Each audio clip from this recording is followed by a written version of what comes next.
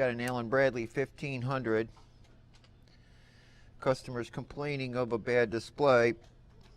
So we're going to inject a signal, a known good signal off the analyzer, and see what it looks like.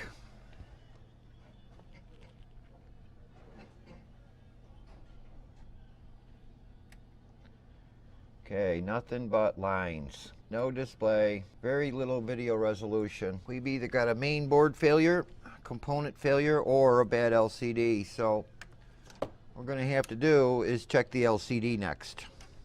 All right, now that we're at the LCD test station, we have a couple selections for video cards and formats for different sizes LCDs. So what we're going to do is bypass the motherboard that's on here and the video display and install our own injected signal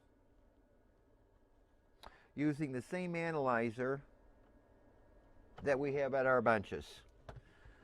So we pick the right frequency, and we can see by the test pattern that we have perfect resolution. Now, along with the test stand, we have an analyzer that allows us to change the format to any frequency or any rate we want.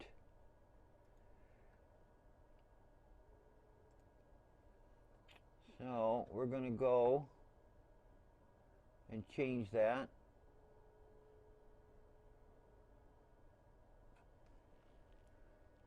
And it'll change our display, change our resolution.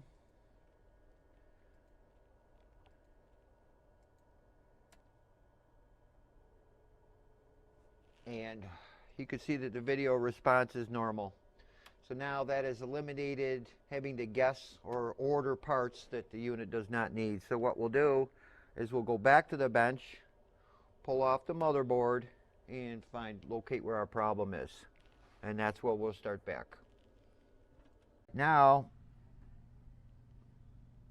what we found was several bad components, in this case capacitors, on the main board, bringing down the power, which wasn't running the video circuit correctly. So all we have to do is finish reinstalling the motherboard. We can now verify that we have the same picture we had on the test stand, showing everything is working correctly. So we'll set our rate. We'll go recall 7 standard. So we're running at 31.5 horizontal frequency, 60 for vertical rate. And in this case, we're running 640 by 480. We can run 1024, but for test purposes, it won't be necessary. And verify we have an effective repair. And there we are, perfect screen.